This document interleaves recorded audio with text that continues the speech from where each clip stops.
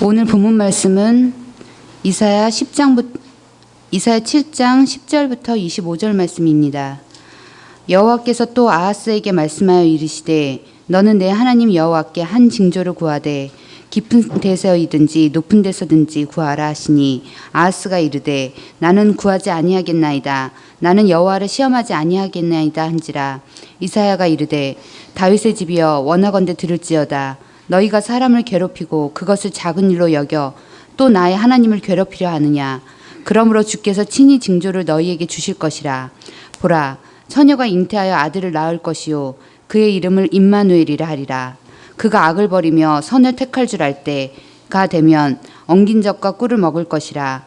대저 이 아이가 악을 버리며 선을 택할 줄 알기 전에 내가 미워하는 두 왕의 땅이 황폐하게 되리라.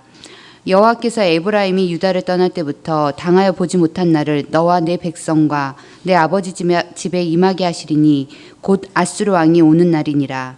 그날에는 여호와께서 애굽 하수에서 먼 곳의 파리와 아수르 땅의 벌을 부르시리니 다 와서 거친 골짜기와 바위 틈과 가시나무 울타리와 모든 초장이 앉으리라.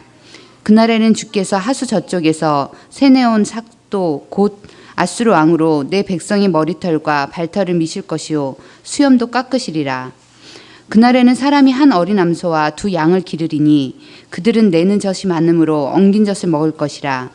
그 땅 가운데 남아있는 자는 엉긴 젖과 꿀을 먹으리라. 그날에는 천그루에 은천개의 가치가 있는 포도나무가 있던 곳마다 찔레와 가시가 날 것이라.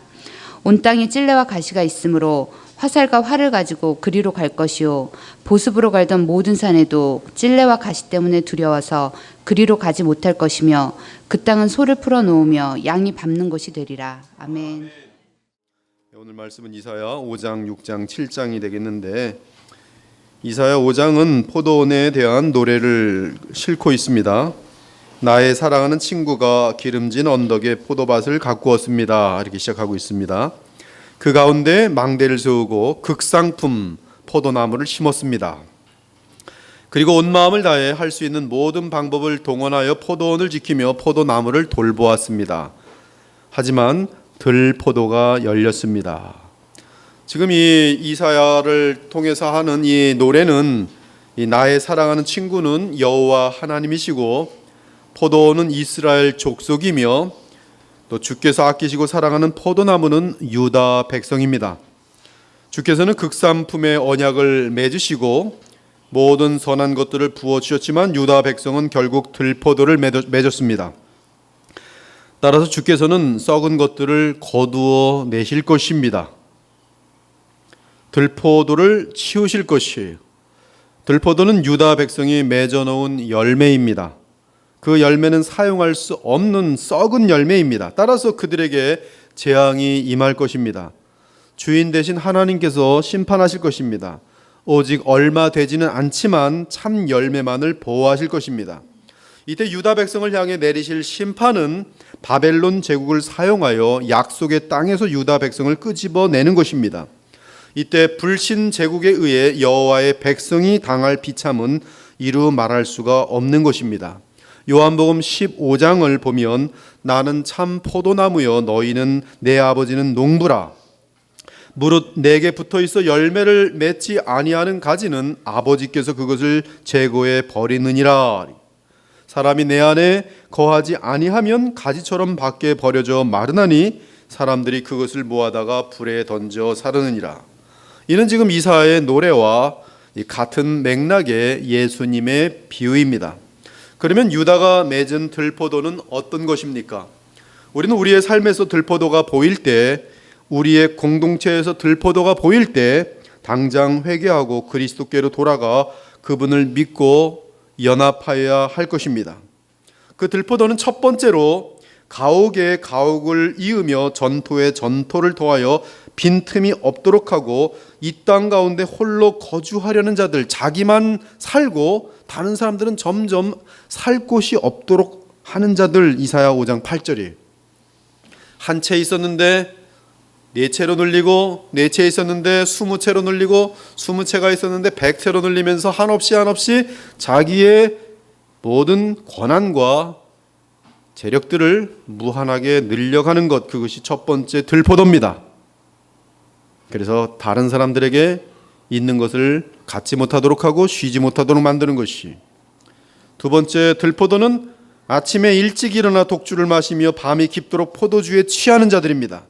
지금 이들에게는 하나님의 심판이 되는 원인들을 제공하는 사람들이, 우리에게는 이러한 일이 있어서는 안 됩니다.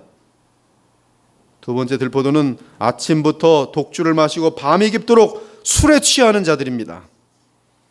그들은 수금과 비파와 소고와 피리와 포도주를 갖추었어도 여호와 하나님의 일에 관심이 없고 주님이 하시는 일을 보지 못합니다.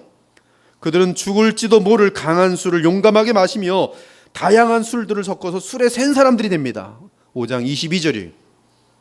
저도 직장 생활을 11년을 해서 너무나 잘 압니다. 직장 생활의 대부분의 이 담대함은 누가 술을 가장 많이 먹느냐는 거예요. 제가 있었던 연구소에서는 우리 부장께서 타인들보다 밤새도록 먹고 아침에 끄떡없이 출근하는 게 그 부장님의 그 권위였어요. 그러면 쫄개들이 다, 와, 우리 부장님 지난밤에 새벽 6시까지 술 먹었는데 오늘 7시인데 출근했어. 밤새도록 술을 먹고도 술에 세다는 걸 보여주는 것이, 그게 이 사회 속에서 자기의 힘을 얻는, 명예를 얻는, 권세를 얻는 방법이었다, 이 말씀입니다. 근데 그것이 성경이 정확하게 기록하고 있어요. 여기 5장 22절 같은 데 보면은 온갖 종류의 술을 섞어서 먹을 줄 아는 사람들이, 한국도 제가 와 보니까 무슨 뭐 맥주에다가 무슨 뭐 폭탄주를 해갖고 뭐 이런 것들이 지금 정확한 그런 관습입니다. 이것이 지금 나온 관습이 아니에요. 과거에 이 정도의 술을 가지고서 나도 먹을 줄 알아 그러면 그거보다 도수가 더 센 거, 그래서 성냥불로 딱 붙이면 불이 펄펄 나는 거, 뭐 그런 걸 마셔야 되면서 난 니들보다 강해, 속은 다 타버리는 것이죠. 상관없어, 죽어도. 강한 술을 용감하게 마시며 다양한 술을 섞어서 술에 센 사람들, 아침부터 밤 늦까지 독주를 마시는 자들, 그들이 바로 두 번째 들포도입니다. 세 번째 들포도는 이사야 5장 18절인데 거짓으로 끈을 삼아 죄악을 끌며 술의 줄로 함같이 죄악을 끄는 자들입니다. 이는 대범하고 뻔뻔하게 불법을 저지르는 사람들을 말합니다. 여기서 거짓의 끈은 악인들의 그들의 범죄를 합리화하고 정당화하는 교묘한 궤변과 그릇된 논리를 말합니다. 여러 가지 인간들의 감정을 기가 막히게 자극해서 자신의 이 무시무시한 죄악들도 순식간에 다 감춰버려요. 그들의 말을 듣다 보면은 누가 죄를 졌는지 알 수가 없게 됩니다. 즉 거짓된 지식과 언변으로 진실을 왜곡하고 불법을 합법화시킴으로써 악을 행함에 있어서 담대해지는 것이, 그들은 결국 술의 줄로 죄악을 끌어당깁니다. 이는 더 많은 사람들과 주변에 악영향을 미치며 공동체를 향하여 담대하게 죄악을 범하는 것을 의미합니다. 이러한 자들을 향해서는 하나님의 심판 외에는 다른 방책이 없습니다. 네 번째 들포도는 스스로 지혜롭다 하며 스스로 명철하다 하면서 악을 선하다 하며 선을 악하다 하며 어둠을 빛이라고 하고 빛을 어둠이라고 하고 단 것을 쓴 것이라고 하고 쓴 것을 단 것이라고 속고 속이는 자들입니다. 그런 일이 있을 수 있습니까? 재판에서 얼마든지 가능해요. 재판관이 먹습니다. 그러면 악인이 의인이 되고 의인을 살인자로 만들어버리려, 얼마든지 가능합니다. 어둠을 빛이라고 만들고 빛을 어둠이라고 만들어버려요. 이것은 하나님의 심판을 자초하는 들포도들입니다. 또한 이러한 현상은 특별히 또한 이 하나님이 죄라 한 것을 죄라 아니라 말하는 그런 현상들이에요. 동성연애 같은 경우 성경의 죄입니다. 또 결혼하기 전에 여러 가지 어떤 성적인 관계들 다 죄입니다. 바람 피는 거 죄입니다. 그러나 사회는 어느새 어둠을 빛이라고 만들고 빛을 어둠이라고 만들면서 그런 건 다 남에게 피해만 되지 않고 동의만 서로 된다면 죄가 아니라고 속여버립니다. 이런 모든 것들은 들포도예요. 사회에서는 더러움들이 점점 퍼져나가고 공의와 공평이 무너지는 것이 어떤 사회로 나가는가? 정확하게 소돔과 고모라로 나갑니다. 사회는 정확하게 소돔과 고모라 나가요. 공동체가 클수록 어떤 부분부터 먼저 소돔과 고모라 현상이 나타납니다. 그 소돔과 고모라 현상은 어쩌면 귀족들 같은 사람들에게 있을 수 있어요. 교수들 같은 사람들에게 있을 수 있어요. 거꾸로 노동자들부터 시작될 수 있어요. 그것은 우리가 알지 못합니다. 그러나 소돔과 고모라의 현상들이 썩은 가정에서부터 시작될 수도 있어요. 이에 대한 하나님의 심판은 분명합니다. 그러므로 내 백성이 무지함으로 말미암아 사로잡힐 것이요 그들의 귀족들은 굶주릴 것이며 무리는 목마를 것이라. 그러므로 스올 죽음의 권세 또는 지옥의 욕심을 크게 내어 한량없이 그 입을 벌린즉 그들의 호화로움과 그들의 많은 무리와 그들의 떠드는 것과 그 중에서 즐거워하는 자가 거기에 빠질 것이라. 이로 말미암아 불꽃이 구루터기를 삼킨 같이 마른 풀이 불 속에 떨어진 같이 그들의 뿌리가 썩겠고 꽃이 티끌처럼 날리리니 그들이 만군의 여호와 율법을 버리며 이스라엘의 거룩하신 이의 말씀을 멸시하였습니다. 이러한 부패한 백성을 향해 이사야 선지자는 하나님의 심판을 알리기 위한 선지자가 됩니다. 유다 백성은 그 마음이 완악하고 강팍한 상태에 있기 때문에 주의 말씀을 들어도 도리어 더 마음을 강팍하게 할 것입니다. 그들이 이러한 강팍한 마음을 취하는 이유는, 사람이 왜 강팍해지는지 아십니까? 바른 말을 해주는데 강팍한 마음을 갖게 되는 이유는 하나님보다 우상이 더 좋고 죄악이 의로운 삶보다 더 좋고 어둠이 빛보다 더 좋기 때문에 그래요.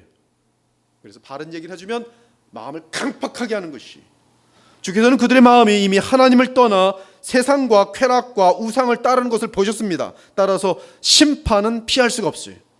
하지만 먼 훗날 언젠가 그리스도께서 오시면 주의 백성의 마음 그 자체를 변화시킬 것입니다. 그것이 메시아로 인해 임할 그리스도의 나라 시대인 것이. 이사야 6장은 이사야 선지자가 우시야 왕이 죽던 해에 주의 부름을 받는 사건을 알려주고 있습니다. 이사야를 부르시는 주 하나님은 거룩하신 분이십니다. 죄와 함께 하실 수 없는 분이십니다. 주께서는 이미 유다 백성의 마음이 죄로 기로워진 것을 보시고 심판이 자명할 수밖에 없는 상태에서 이사야에게 말씀하십니다. 6장 9절에 보니 가서 이 백성이 이르기를 너희가 듣기는 들어도 깨닫지 못할 것이요 보기는 보아도 알지 못하리라 하여 이 백성의 마음을 둔하게 하며 그들의 귀가 막히고 그들의 눈이 감기게 하라. 무슨 말씀입니까? 이들의 마음은 이미 이 어두움으로 확정됐어요. 그들에게 주의 말씀을 전하면 전할수록 그들은 더 어둠을 분명하게 드러냅니다. 그래서 더 강팍해지는 것이, 그들이 눈으로 보고 귀로 듣고 마음으로 깨닫고 다시 돌아와 고침을 받을까 하노라. 내가 이르되 주여 어느 때까지니까? 하나님께 답변하십니다. 그들은 반드시 회개하지 못하고 멸망받을 것이다. 주께서 대답하시되 성읍들은 황폐하여 주민이 없으며 가옥들에는 사람이 없고 이 토지는 황폐하게 되며 여호와께서 이 사람들을 멀리 옮기셔서, 바벨론 포로죠, 이 땅 가운데 황폐한 곳이 많을 때까지니이다. 이들이 언제까지 마음을 완악하게 하고 주의 말씀을 끝까지 대적하고 하는가? 결국은 하나님의 율법의 약속대로 그들은 이방 나라에게 뿌리채 뽑혀가지고 약속의 땅에 거하지 못할 때까지 그들은 하나님을 대항할 것이다. 그러므로 너는 계속 하나님 말씀을 전하라. 회개를 위해 전하는 게 아니라 그들은 전하면 전할수록 더욱더 마음을 강팍하게 하고 자신의 정체를 드러낸다는 것이. 그러므로 북이스라엘이 다 망할 것입니다. 따라서 남유다만 남을 것인데 이는 12지파의 10분의 1에 해당합니다. 그러나 남유다 역시 바벨론 제국에 의해 황폐하게 될 것입니다. 그럼에도 결국 구루터기가 남아 약속의 땅에서 거룩한 씨로 보존될 것입니다. 이는 바벨론 포로 생활을 버텨내고 결국 약속의 땅으로 다시 돌아와 성전을 세우는 유다 백성을 말합니다. 물론 궁극적으로는 그리스도께서 남은 자 중에 남은 자시고, 그리고 남은 자 예수 그리스도를 통해 다시 모든 열방으로부터 구원받는 백성들이 일어나게 될 것이며 마침내 주의 재림 때에는 영원한 새하늘과 새 땅을 유업으로 받는 하나님의 백성들로 모이게 될 것이. 6장 13절 그 중에 10분의 1이 아직 남아있을지라도 이것도 황폐하게 될 것이나 밤나무와 상수리 나무가 배임을 당하여도 그 구루터기는 남아있는 것 같이 거룩한 씨가 이 땅의 구루터기니라 하시더라. 사랑하는 여러분 지금 이 시대에 어떤 마음 자세를 가져야 되는지 아십니까? 저는 전 마음을 확실히 정했습니다. 그것은 뭐냐면 나는 구루터기에 속하리라. 구루터기는 하나님이 언제나 새 일을 시작할 수가 있어요. 하나님이 심판하실 때 구루터기는 남겨두십니다. 그리고 모든 것을 심판해서 다 없어지고 나면 마치 노아의 방주처럼 모든 이전 세대를 다 쓸어버리시고 노아 구루터기 명밖에 없지요. 그들로 인하여 새 시대를 열어가시는 거예요. 똑같은 방법을 항상 반복합니다. 이제 7장으로 넘어가면 아하스 왕과 연루되어 임마누엘의 하나님을 예언합니다. 우시아의 손자인 아하스 왕이 통치할 때는 정치적으로나 영적으로 매우 부패한 상태에 있었어요. 이 아하스 왕은 상징적으로 볼 때 천국에 들어가지 못합니다. 그는 왕의 묘실에 들어가지 못했어요. 아하스 왕은 유다 제12대 왕으로서 그는 재위 기간 중에 하나님의 말씀을 너무나 노골적으로 무시하고 세상 제국을 의존했습니다. 따라서 그는 가증한 우상 숭배를 유다에 끌어들임으로 배교의 앞잡이가 되었고 이방 나라의 가증한 풍습을 쫓아 자기 아들 산채로 불살라 몰록 우상에게 제물을 바치는 악행도 행하였어. 아하스 왕이 우시야, 요담, 아하스, 히스기야, 아하스 왕입니다. 하나님의 성전 안에 우상을 세움으로 성전을 더럽혔고 성전 안에 우상 제단을 만들어 다메섹 아람 신들에게 도움을 구했습니다. 그는 성전 기구를 파괴하고 성전 문을 닫았으며 유다의 각 성읍마다 산당을 세우고 푸른 나무 아래서 분향하였습니다. 이 아하스의 영적 부패는 참으로 흉측하고 무서웠어요. 16장 열왕기하 16장 1절에 4절 보니 르말라의 아들 베가 제17년에 유다의 왕 요담의 아들 아하스가 왕이 되니 아하스가 왕이 될 때 나이가 20세라 예루살렘에서 16년간 다스렸으나 그의 조상 다윗과 같지 아니하여 그의 하나님 여호와께서 보시기에 정직히 행하지 아니하고 이스라엘의 여러 왕의 길로 행하며 또 여호와께서 이스라엘 자손 앞에서 쫓아내신 이방 사람의 가증한 일을 따라 자기 아들을 불가운데로 지나가게 하며 또 산당들과 작은 산 위와 모든 푸른 나무 아래에서 제사를 드리며 분향하였더라. 특히 이 아하스는 아수르 제국을 의지했어요. 반면 아람 왕 르신과 이 북이스라엘 왕 베가는 이 아수르 제국에 대항하여 맞서고 애굽 편에 서는 정책을 폈습니다. 따라서 아람과 북이스라엘은 동맹을 맺고 아수르를 의존하는 이 남유다를 향해 적대 관계를 취하였어요. 사실 유다는 우시야 왕 때에 대단한 번영과 평화의 시기를 보냈습니다. 또한 요담 때에도 그 상태를 유지했습니다. 하지만 아하스 왕 때는 그 왕 때문에 나라가 쫄딱 망했어요. 완전히 망합니다. 아하스 왕 때.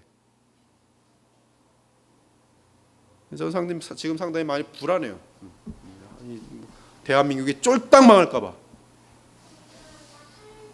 기밀들이 누출되는 대한민국에 다른 타 나라들이 기밀을 주지 않을 것입니다.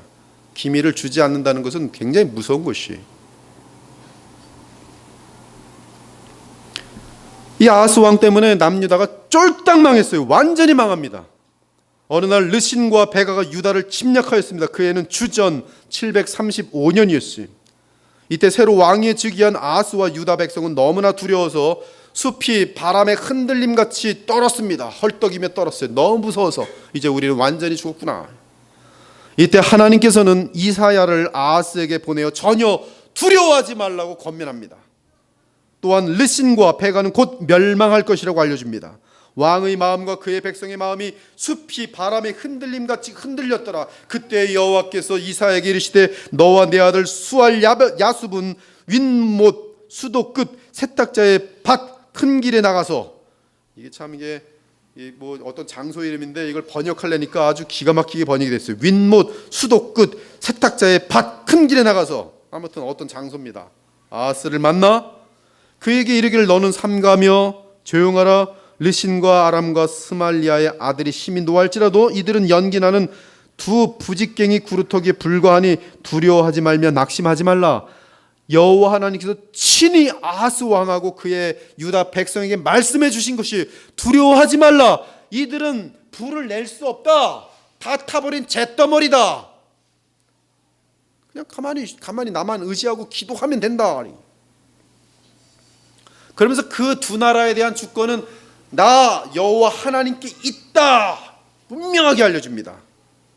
심지어 더 큰 확신을 주기 위해 아람의 멸망이 곧 있을 것을 알려주고, 심지어 이 북이스라엘은 65년 내에 멸망하여 다시는 나라를 이루지 못할 것이라고 말합니다.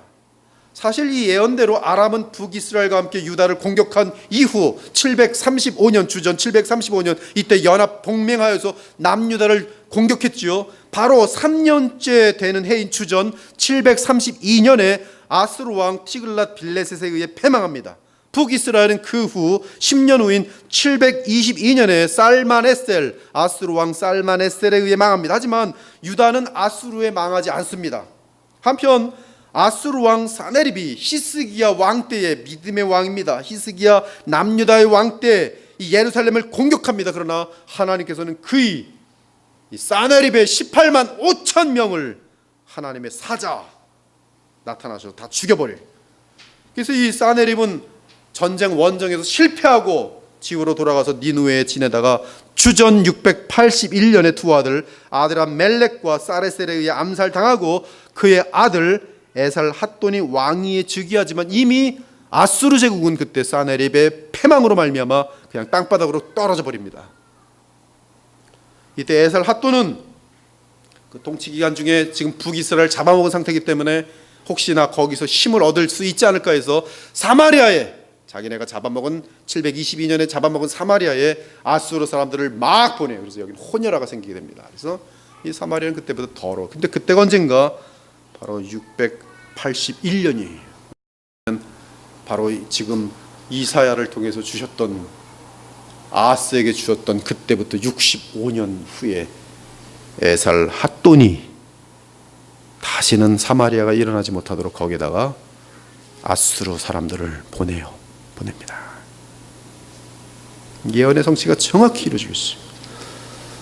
이때 하나님께서 아하스 왕에게 이사야를 보내면서 그의 아들 수룹 야할과 함께 수알 야숲과 함께 윗못 수도크 세탁자의 밭 큰 길에 나서서 아하스를 만나라고 했어요. 재밌습니다. 윗못 수도크 세탁자의 밭 큰 길, 상당히 하나의 그 고유 명사죠. 이는 그곳은 유다 백성들이 빨래하는 곳입니다. 사람들이 많이 모여 있어요. 윗못 수도끝 세탁자의 밭 큰 길, 거기 세탁하는 곳입니다. 이 수도는 뭐냐면 컨덕트, 이게 뭐냐면 이 수도관 그 이 큰 물이 흐르는 그 이 소위 얘기하면 큰 냇가예요. 그래서 하나의 그 운하라고 보기엔 너무 크고 그거보다 작은데 거기 이제 양옆으로 이제 빨래하면서 물 받으면서 하는 곳이 그곳 큰 길에서 아하스를 만나라고 했지. 즉 이사야를 통한 하나님의 예언은 공개적인 예언으로서 만일 그들이 믿음으로 따랐다면 주께서는 이 아하스와 유다 백성에게 큰 복을 베푸셨을 것입니다. 그러나 이러한 정성스러운 예언에도 불구하고 아하스 왕과 유다 백성은 주의 말씀을 불신하고 철저하게 불순종합니다. 어떻게 이렇게 철저하게 불순종하는지 도대체가 그 깡다구가 어디서 나온지 모르겠어요. 그들은 하나님보다 그들이 의지하던 아수르 왕을 더 믿었습니다. 이에 하나님께서는 이들을 심판하시고 작정하십니다. 남유다를 심판하십니다. 그것은 사네립에 의한 핍박으로서 주전 714년부터 시작하여 유다 모든 성읍을 차지하더니 701년에는 대군을 거느리고 예루살렘을 공격해온 사건입니다. 그러므로 남유다는 무려 15년을 아수르의 식민지처럼 보내게 됩니다. 특히 18만 5천을 사나립이 이끌고 왔을 때 예루살렘을 포위했을 때 얼마나 두려웠겠습니까? 그런데 그 대군이 어디까지 왔느냐 하면 놀랍게도 윗못 수도교 세탁자의 밭 큰 길입니다. 아수르 왕 사네립이 라기스에부터 랍사게를 예루살렘으로 보내되 대군을 거느리고 히스기야 왕에게로 가게 하며 그가 윗못 수도교 세탁자의 밭 큰 길에 섰더라. 하지만 히스기야의 눈물의 기도와 믿음에 의해 아수르는 패망하게 됩니다. 그러나 그 이전에 15년 동안은 이스라엘 아하스 왕, 특히 그 이루 말할 수 없는 정신적 고통, 그래서 제대로 왕위를 못해요. 섭정왕으로 히스기야가 올라가게 됩니다. 우리는 아하스와 그의 아들 히스기야 왕을 보면서 한 사람 왕의 믿음 또는 불신이 얼마나 공동체에 큰 영향을 끼치는지 정확하게 볼 수 있습니다. 이때 아하스 왕은 20살이었는데 하나님을 향해서 전혀 믿으려고 하지 않고 오직 아수르 왕 티글랏 빌레셋만 믿으려고 했습니다.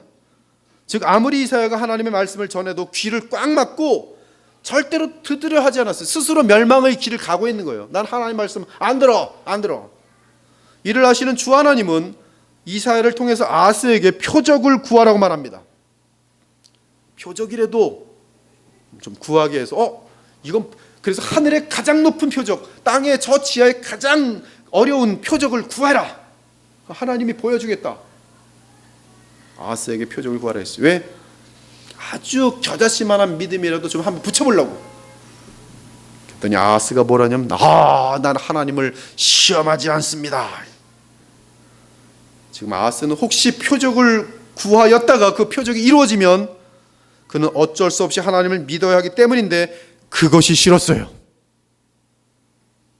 바로 이러한 아하스 왕의 불신 태도가 주의 말씀에 귀를 막고 끝까지 대항하는 강팍한 마음입니다. 여러분, 예수 그리스도를 전할 때 이 아하스 같은 심정을 가진 사람 많아요. 뭔가 하나님을 믿어야 되는 근거가 나타날까 봐 막 도망갑니다.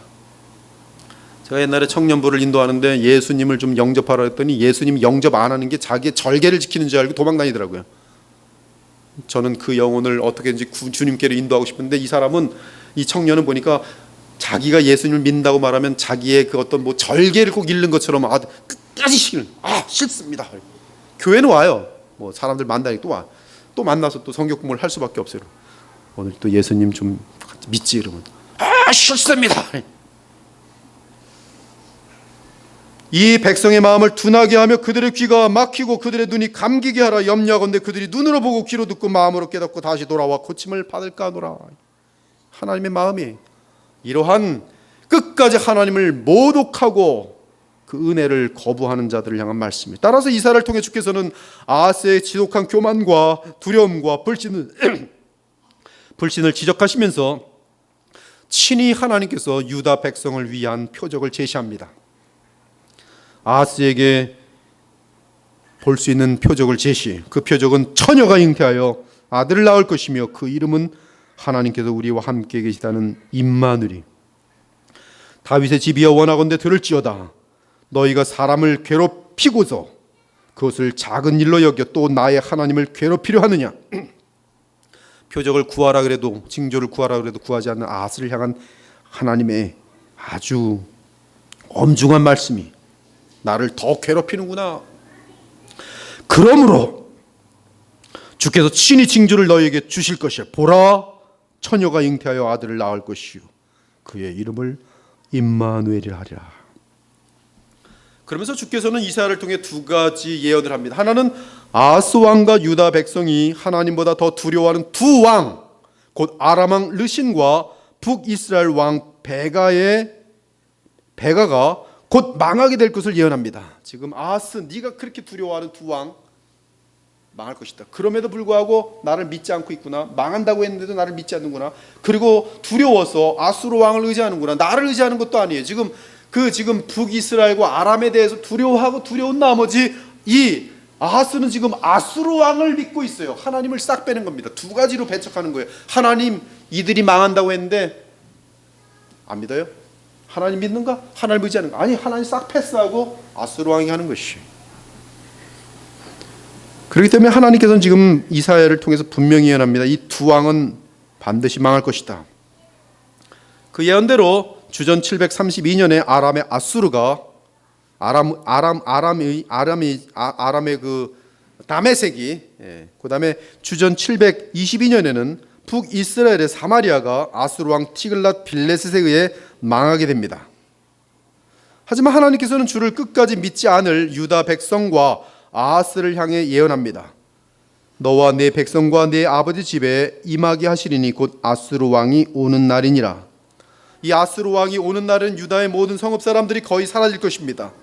또한 그 왕은 하수 저쪽까지 올 것입니다. 곧 즉 윗모 수도곁 세탁자의 밭 큰 길까지 올 것이. 이는 사내립이 계속 유다를 공격하여 대부분의 성읍을 장악하고 마침내 18만 5천 대군을 이끌고 예루살렘까지 올 것을 예언한 것이. 18절 이하를 보니 그날에는 여호와께서 애굽 하수에서 먼 곳의 파리와 아수르 땅의 벌을 부르시리니 다 와서 거친 골짜기와 바위 틈과 가시 남은 울타리와 모든 초장에 앉으리라. 그날은 주께서 하수 저쪽에서 세내온 삭도 곧 아수르 왕으로 네 백성의 머리털과 발털을 미실 것이요 수염도 깎으시리라.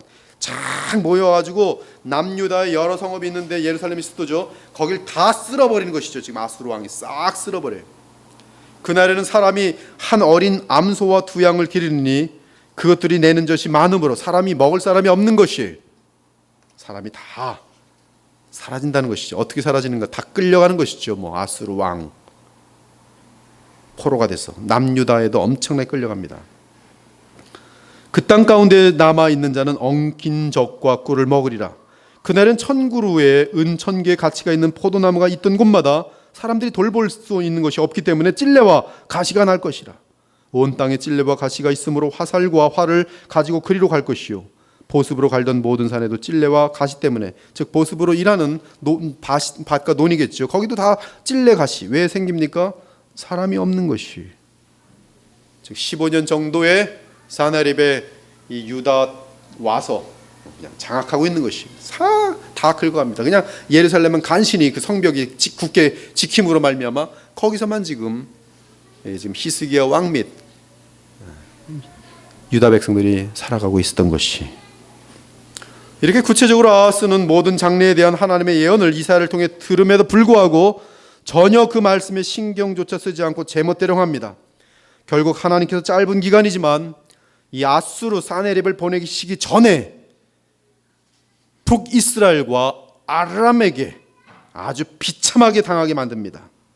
역대하 28장 5절 6절 이하를 보니까, 그러므로 하나님을 믿지 않는 이 아하스 왕 때문에, 그러므로 그의 하나님 여호와께서 그를 아람 왕의 손에 넘기심에 그들이 남유다 아하스를 쳐서 심히 많은 무리를 사로잡아 다메섹으로 갔으며, 또 이스라엘의 왕의 손에 넘기심에 그가 쳐서 크게 살육하였으니 이는 그의 조상들의 하나님 여호와를 버렸습니다.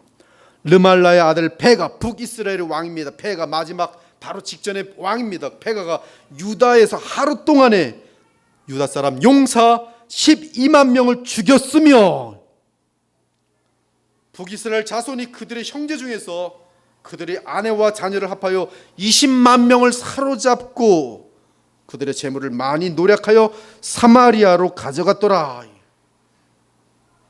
아하스 왕 때 이미 아람과 북이스라엘에게 철저하게 당해. 그리고 이들은 곧 3년 후에 아수르 제국에 의해서 멸망합니다.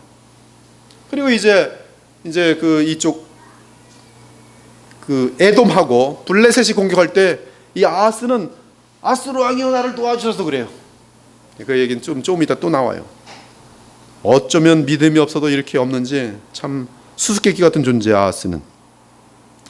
그리고 북이스라엘이 멸망한 후 주전 714년에 아수르 왕 사네립이 유다를 공격하여 예루살렘만 빼고 대부분의 성읍을 함락하였고, 그 후 14년 동안 압제하다가 주전 701년에 사네립이 18만 5천 대군을 이끌고 예루살렘을 함락하고자 하였던 것입니다. 아하스의 불신 때문에 얼마나 유다 백성이 고통을 당하였습니까? 아하스는 훗날에 또 에돔 사람과 블레셋 사람이 공격해 들어오자 더욱 디글랏 벨세세를 찾지만 아무리 돈을 주어도 소용이 없었습니다. 도리어 아수르 왕 때문에 더 큰 고통을 당하게 됩니다. 이는 에돔 사람들이 다시 와서 유다를 치고 그의 백성을 사로잡았으며, 블레셋 사람들도 유다의 평지와 남방 성읍들을 침노하여 베세메스와 아얄론과 그데롯과 소고 및 그 주변 마을들과 딥나 및 그 주변 마을들과 김소 및 그 주변 마을들을 점령하고 거기에 살았으니, 이는 이스라엘 왕 아하스가 유다에서 망령되이 행하여 여호와 하나님 앞에 크게 범죄하였으므로 여호와께서 유다를 낮추심이라. 지금 이 말씀을 읽을 때 지금 제가 참 한국에 대해서 너무나 우려해요. 거기 그 아하스 대신에 단어만 바꾸면 그냥 맞아 떨어. 그렇습니다. 너무 무서워요. 망령되이 하나님 앞에서 행하여 하나님께서 유다를 낮추심이라. 아수르 왕 디글랏 벨세셀이 그에게 이르렀으나 아하스 왕이 이렇습니다. 돕지 아니하고 도리어 그를 공격하였더라. 그렇게 믿고 의지하던 아수르 왕은 아하스를 돕는 게 아니라 공격합니다. 한 번도 도와준 적이 없어요. 악착같이 성전 금까지 다 뺏어간 아수르 왕은 이제 쓸모가 없으니까 아하스 왕을 공격해버려요.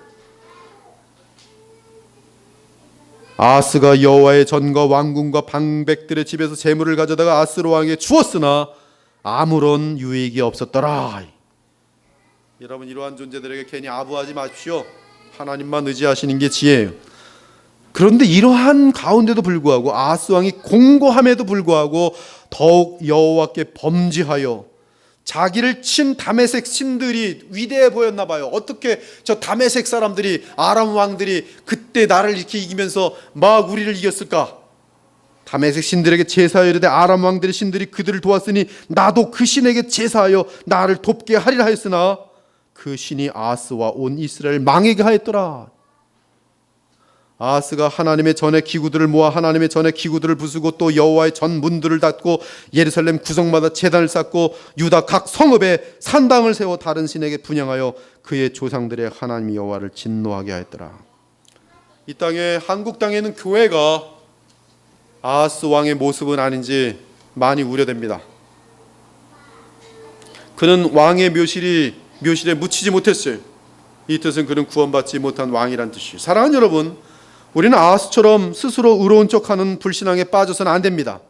소위 그리스도인들 중에는 그리스도의 동정녀 탄생을 믿지 않는 자들이 있습니다. 그들은 다름 아닌 정확하게 아하스 왕과 같은 부류입니다. 주께서 그 어떠한 기적을 행하셔도 내 생각에 접수되지 않으니 믿을 수 없다는 것이, 성경은 이러한 마음가짐을 강팍한 마음이라고 묘사합니다. 북이스라엘이든 남유다든 하나님의 심판을 받게 된 이유는 믿지 않는 강팍한 마음 때문이었어요. 그들은 아하스처럼 하나님께 부탁하려도 하지도 않았고, 특히 불가능해 보이는 일 앞에서는 더더욱 하나님을 찾지 않았습니다. 그 대신 인간의 모든 방법을 동원해서 스스로 그 일을 해결해 보려고 했어요. 그것이 아하스 왕입니다. 하나님과 무관한 존재였어요. 그 방법은 세상의 힘을 의지하고 그들에게 굽실거리는 것입니다. 또한 그들이 왜 힘이 센지 그 이유가 무엇일까 하면서 그들의 생활 패턴을 본받는 것이, 그들의 생활 패턴은 악령들을 섬기는 것인데 그것마저도 배우는 것이죠. 그래서 어떤 장로님은 예수님께 열심히 나와서 기도했는데 사업이 안 풀려요. 근데 친구가 불교 신자인데 보니까 사업이 잘 풀리는 거예요. 그러니까 이 장로님 발상이 어떻게 나오냐면, 저 집 불상을 가져다가 우리 집에 갖다 놔야겠다. 그리고 하나님께도 기도하고 또 불상에도 기도하는 거예요. 제가 지금 이 농담이 아니라 진짜기 때문에 말씀하는 거예요. 그래서 저 불교 신자가 지금 잘 되는 거니까 불상 때문인가 보다 갖고 와서 그 사람의 생활 패턴을 배운다 이 말이에요. 누가 그랬는가? 아하스가 그런 거야. 그들이 힘센 이유가 무엇일까요? 그들의 생활 패턴을 본받고 나아가 그들이 읽는 책, 그들이 세속 종교의 신앙 등을 그대로 본받는 것입니다. 그것이 아하스와 유다 백성의 모습이었어요. 하나님께서는 육신을 입으시고 이 땅에 오셨습니다. 그분의 이름은 임마누엘임. 놀랍게도 아하스에게 이사야를 통해 구하라고 주셨던 그 표적이 실제로 역사 가운데 발생했습니다. 천사가 이르되 마리아여 무서워하지 말라. 내가 하나님께 은혜를 입었느니라. 보라, 네가 잉태하여 아들을 낳으리니 그 이름을 예수라 하라. 그가 큰 자가 되고 지극히 높으신 이의 아들이라 일컬어질 것이요 주 하나님께서 그 조상 다윗의 왕위를 그에게 주시리니 영원히 야곱의 집을 왕으로 다스릴 것이며 그 나라가 무궁하리라. 천사가 대답하여 이르되 성령이 내게 임하시고 지극히 높으신 이의 능력이 너를 덮으시리니 이러므로 나실 바 거룩한 이는 하나님의 아들이라 일컬어지리라. 대저 하나님의 모든 말씀은 능하지 못하심이 없느니라. 우리 주 예수 그리스도는 이미 하나님의 최고의 징표로서 이 땅에 와 계시며, 그럼에도 불구하고 누구든지 아하스 왕처럼 믿지 않을 때는 멸망밖에 없습니다. 정확해요. 아하스 때는 말로만 임마누엘을 알려줬어요. 지금은 실체 임마누엘이 왔습니다. 말씀을 듣지 않았던 아하스도 멸망하였다면 이미 실체가 왔는데도 그리스도를 만약에 믿지 않는다면 그것은 자명한 멸망일 수밖에 없어요. 하지만 그 어떤 불가능한 상황에서도 예수 그리스도를 믿는다면 이는 하나님의 주권과 전능하심을 믿는 것과 같기 때문에 주께서 책임지시고 주의 선한 역사를 우리의 삶 가운데 이루실 것입니다. 그러므로 주 예수 그리스도는 사람의 가장 깊은 곳을 들춰내는 표적입니다. 인간들은 그렇게 생각하지 않을지 모르지만 하나님은 인간의 가장 깊은 곳, 자기 자신도 알지 못하는 저 가장 깊은 곳에 무엇이 있는지 알아내시는 방법으로 임마누엘 예수 그리스도의 표적으로 알아내세요. 그러므로 빛이 왔으되 어둠이 그 빛을 거절하는 것이. 인간들이 볼 때는 그 어둠이 빛으로 보일 수 있어요. 그러나 인간들에게 쇼를 하는 그 어둠은, 빛처럼 광명의 천사처럼 속이는 그 어둠은 예수 그리스도 참빛 앞에서 반드시 거절하도록 돼 있어요. 주 예수 그리스도는 사람의 가장 깊은 곳을 드러낸 표적입니다. 핑계할 수가 없습니다. 아하스는 하나님의 말씀을 부인하고 믿지 않았지만 그리스도를 믿지 않고 부인하는 자는 친히 사람의 몸을 입고 이 땅에 오신 임마누엘의 실체인 최고의 표적을 믿지 않으니 구원의 길이 있을 수 없습니다. 오직 영원한 멸망밖에 없는 것이. 이에 예루살렘에서 하나님 나라를 기다리던 시므온이 예수님을 안고 이렇게 노래합니다. 시므온이 아기를 안고 하나님을 찬송하여 이르되 주제여 이제는 말씀하신 대로 종을 평안히 놓아 주시는도다. 내 눈이 주의 구원을 보았사오니 이는 만민 앞에 예비하신 것이요 이방을 비추는 빛이요 주의 백성 이스라엘의 영광이니이다. 보라, 이는 이스라엘 중 많은 사람을 패하거나 흥하게 하며 비방을 받는 표적이 되기 위하여 세움을 받았고 또 칼이 사람의 마음을 찌릿하리니 이는 여러 사람의 마음에 숨은 동기를 드러내려 함이라. 지금까지 모든 인류는 그리스도 앞에서 항상 나뉩니다. 우리가 복음을 전할 때는 사람이 둘러나네요. 같은 가족인데도 예수님으로 말미암아 둘러나네요. 왜 그런지 아십니까? 예수 그리스도는 인간의 가장 깊은 곳에 숨은 정체를 드러내기 때문에 그래요. 빛에 속한 자는 그리스도를 들을 때 주님께로 오게 돼 있어요. 그러나 어둠에 속한 자는 그 빛을 거절하도록 돼 있어요. 그것이 이사야 7장의 아하스 왕의 사건과 연결되고 또 그것은 결국 임마누엘 우리 주 예수 그리스도의 말씀과 연결되는 것이. 여러분들은 하나님의 은혜로 말미암아 창세 전부터 예수 그리스도께 속한 빛들입니다. 때가 참에 주의 복음이 우리에게 임하였더니 그 많은 사람들은 거절하면서 끝까지 아하스처럼 아수르 제국을 의지하고 아람과 베가를 두려워했지만 여러분들은 어떠한 이유인지 오직 하나님의 은혜로 말미암아 예수 그리스도를 사랑하게 됐어요. 그리고 그분이 십자가의 죽으심이 나를 향한 하나님의 사랑인 것을 알고 감사하게 됐어요. 그리고 주의 말씀을 들을 때마다 감당할 수 없는 황송함이, 나 같은 죄인인데 왜 나를 사랑하시는지 그분 앞에 감사의 고백을 할 수밖에 없는 것이. 오늘도 이 말씀을 마음속에 잘 새기시고 호흡이 마치는 그날까지, 우리 인생 잠깐 있다 없어지는 것인데 세상 시끄럽다고 동요되지 마시고 이러할 때 더 많이 기도하시고 더 많이 깨어있고, 그렇죠? 영원한 것들 붙들기 위해서 노력하세요. 텔레비전 같은 거 많이 보지 마시고 세상 돌아가는 거 백날 해봤자 머리만 아프고. 제가 아주 너무나 친한 우리 목사님께서 한 분이 이 나라를 좀 도망쳤으면 좋겠대요. 이 나라에서 좀 도망쳤으면 좋겠다. 딴 나라 갈 데 없나니. 뭐 그럴 필요 뭘 있어요. 그냥 하나님 어디 가든지 마찬가지죠. 뭐 미국 가면 지금 뭐 트럼프가 이렇게 신납니까? 뭐 힐러리가 신나니까 어딜 가겠어요? 뭐 이슬람 나라로 가겠어요? 갈 데 없어요. 우리는 주님의 나라 가면 돼요. 주님의 나라. 그리고 주님의 나라는 지금 임하였습니다. 믿음 안에서 얼마든지 믿음으로 누릴 수가 있어요. 우리는 지금 이러한 기회 때, 저도 지금 글 쓸 것들이 많은데 하도 의견들이 많아서 글 쓰면 괜히 또 다른 논쟁거리가 될까 봐 글 쓰는 걸 자제하고 있습니다. 더욱더 이런 때 예수님만 바라보시고 오늘 말씀처럼 정말 우리의 부패함들이 이러한 계기를 통해서 다 해결되고 정결하고 마음을 강하게 해서 구루터기 남은 자가 되리라. 구루터기를 통해서 하나님은 엄청난 역사들을 일으키실 것입니다. 여러분 한 분 한 분이 주 예수 그리스도의 구루터기가 되시기를 예수 그리스도의 이름으로 축원합니다. 아멘. 함께 기도 올리겠습니다. 오늘 참 아하스 왕이라는 참 남유다의 참 시기하게 악한 왕에 대해서 우리가 다루게 되었어요. 그 왕을 향해서 하나님께서는 임마누엘이라는 표적을 보여주십니다. 오늘 우리에게도 주님께서는 임마누엘 표적을 보여주시는데 우리는 그것이 심판이 아니라 얼마나 우리를 사랑하시는 하나님의 복음인지 감사하게 됩니다. 주님 더욱더 임마누엘이신 우리 주 예수 그리스도만을 바라보기 원합니다. 우리 마음속에 주님 임하여 주시옵소서. 오늘도 나의 왕은 예수님밖에 없습니다. 이 세상에 우리가 의지할 왕이 어디 있습니까? 그들은 자신의 탐욕과 배를 채울 뿐이지 우리가 믿고 의지할 대상은 우리 예수님밖에 없어요. 주여, 주님만이 나의 영원한 왕이십니다. 주님만이 나의 영원한 구세주십니다. 나의 삶을 인도하여 주옵소서. 이 어지러운 때 주의 음성을 들려주시옵소서. 오직 주의 말씀만 따르겠습니다.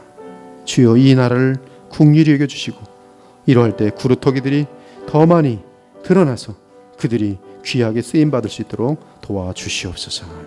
우리 다 같이 한 1분 정도 간절한 마음으로 말씀을 받아 기도 올리겠어요.